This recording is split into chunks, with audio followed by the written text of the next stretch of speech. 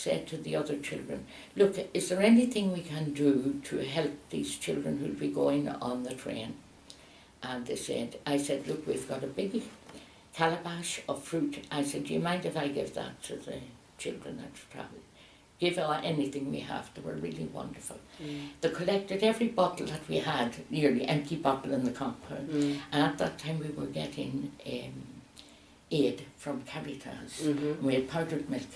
So we filled the bath with water and the powdered milk and mixed the milk in the bath and filled the bottles and brought it out to the refugee train. Now, I don't know if you ever heard of Betty Carl. Yes, I did. She was a lay missionary. A lay missionary, and she was with us for about 20 years. And she shuttled in and out to the train with the carload of bottles and everything else and distributed them at the railway, you know, when the train had come. So that passed. The Archbishop sent... That's an amazing memory to have, Sheila. And it's with you very alive still today. It is. And the thing about it was that the Archbishop McCarthy, God love him, he sent a message to say Emma was in charge. To say, look, if any sister wants to go home, as soon as the airport is open, she's free to go home. Let them not worry, free to go. And did you think about coming home? Not at all. Emma called us all and said, look, would you like to go home? Not at all. Would you like to go home? Oh, round us all. So she sent a message back that none of us wanted to go.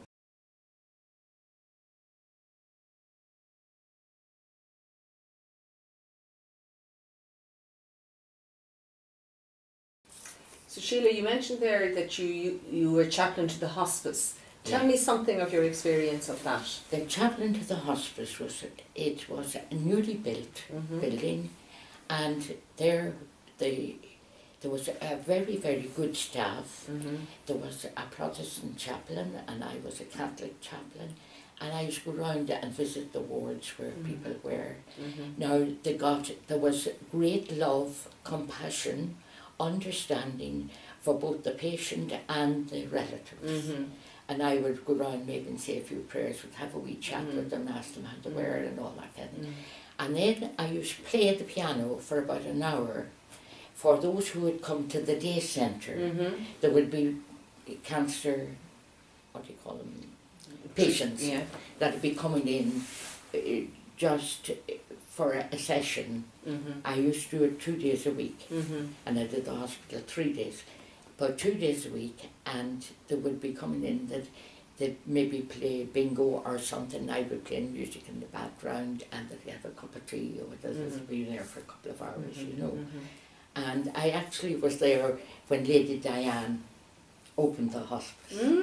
I met her, and she sat in the arm of my chair, and she said, "My feet are killing me, sister." You know, very nice. She was lovely. She was very, very ordinary person. She was very nice. And let's see, what else was there in the hospice?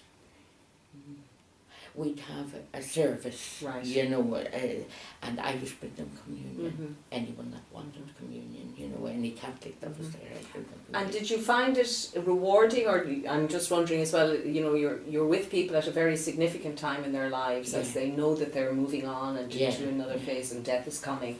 So was that a difficult At times ministry? It was. But I remember if I was a wee bit upset, saying I visited you and you weren't good, and it was something Doris McCluskey said to me, before you move to the next patient, stand back, take 5 or 10 minutes to yourself. Very wise. Before you go to the next patient, and I used to do that, you know. And I found that very useful in the hospital as well. Very, very useful, you know, to come out and maybe go walk the corridor for a wee bit to say prayer or whatever, go back in, you know.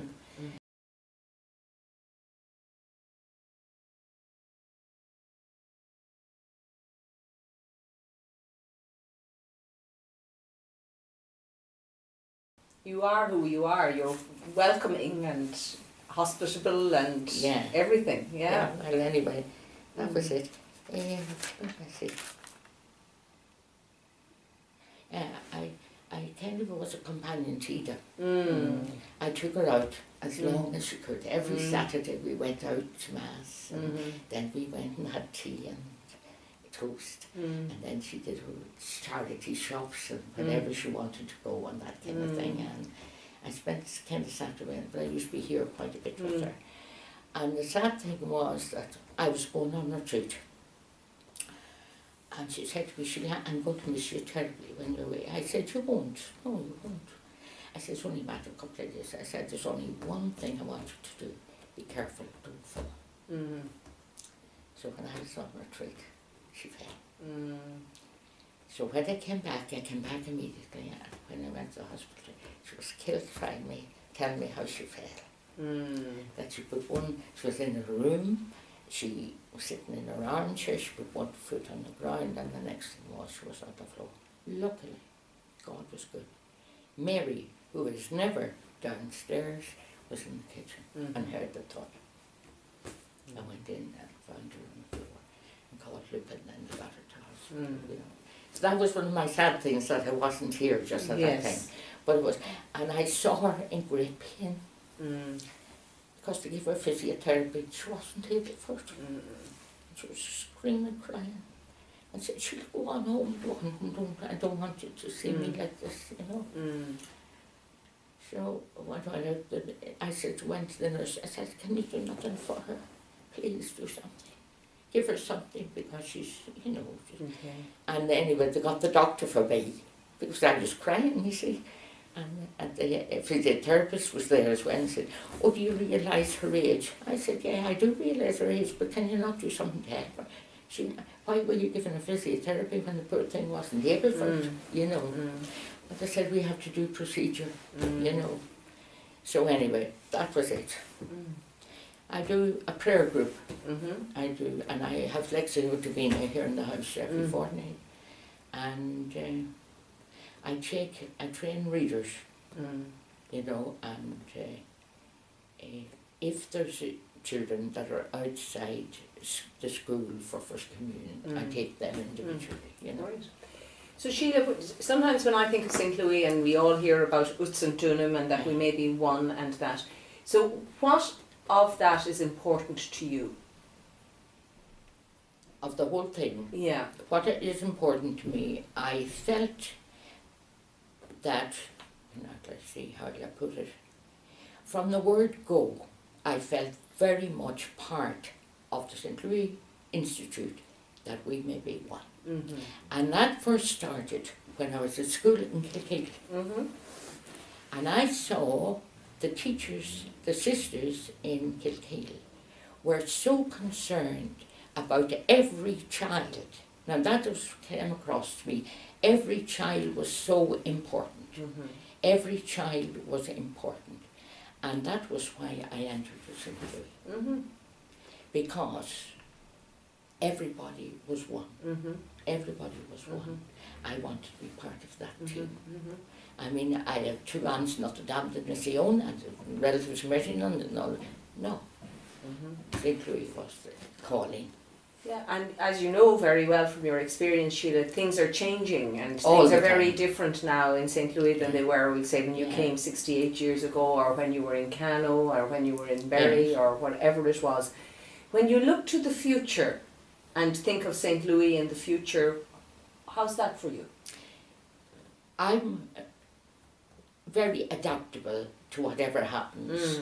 I might be a wee bit, sometimes maybe a wee bit traditional about some things, and maybe a wee bit old-fashioned maybe about my prayers or that kind of thing, but I have great trust in God, that no matter what happens, we're going to be as long as God wants us to be, you know.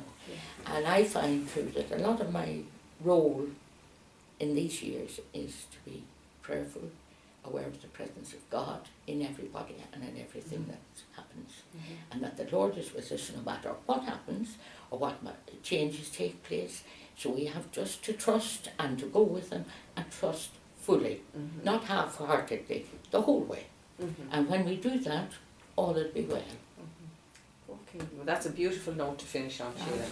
Thank you very much. Not at all. So all will be well. All will be well, and all manner of things will be well.